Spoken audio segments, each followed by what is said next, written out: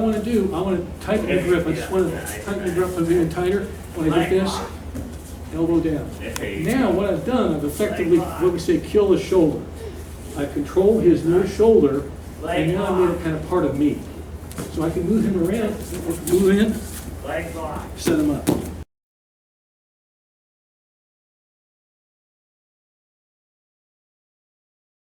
Let's work on using what we call your power hand, your surite. People call it your steering hand, your power hand, your lifting hand. Surite means lifting hand. And we're going to work on steering him with it. Okay, and it's a really important thing. So let's look at a few basics here that I think are basics in gripping. Now, when I grip, I get a lapel and sleeve grip. Okay, I don't like to get my thumb hooked in this collar. I don't like that because maybe some people will disagree with me. But I found through my experience and a lot of athletes I've worked with and seen really good judo players do this, and sambo grapplers, if you get your thumb hooked up in here, it's kind of almost useless. Now there's some things I still can do, obviously, but if I, instead of having this, if I get this, okay, so when I grab, what I want to do is get the jacket. I can still get the collar, but I don't put my thumb in. So I can still grab that collar, but when I do that, it's not hooked in, it's thumb out. And what I'm doing now is I'm using my fingers to manipulate and lift right there if I want to grab the collar. But I like to grab more of the jacket because it's easier to grip. I think most people do. Okay? So we're going to go with that. Everything's predicated on this grip. The thumbless, so much grip, but you're really curling them in like this, okay? All right. So that's the hand motion, the hand movement. Now, when we're gripping here, okay, now, however I set them up, what the grip I want to get around his deltoid, if we're the same height. If I go over, I'll show you how to do that in a second, but let's go around the deltoid first. And don't go looping where he sees this, he'll block that out. Okay, we were just talking about that earlier. So when I'm doing this, I'm going to come around. When I throw this, it's almost like a right hook, okay?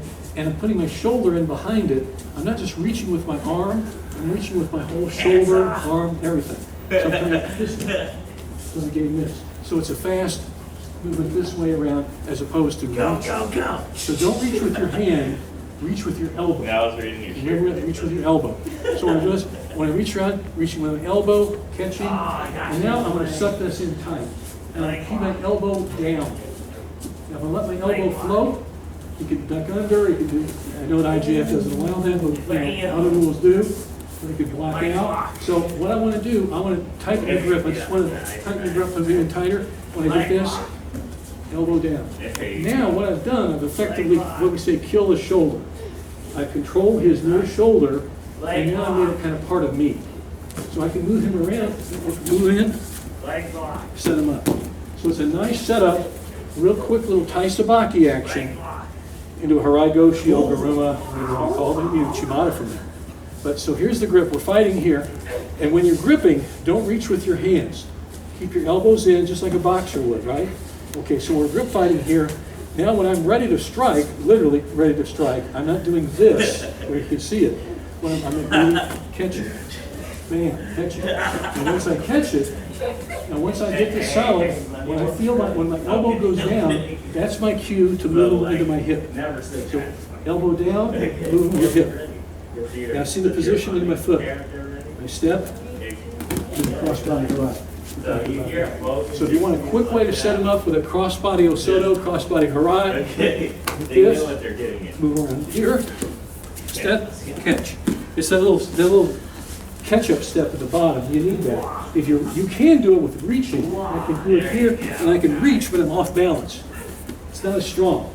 So I want to make sure when I come around here to the side. Now see this? Step straight in the direction I'm going to throw. Hook. Now I may want to throw forward a little more, I can do that. So when I step around here, and I step here, and throw. That's okay, but that toe, that foot of my driving leg is the direction he's going to go. But those toes point. So if I bring him in here, and I step this way, I know he's going that way.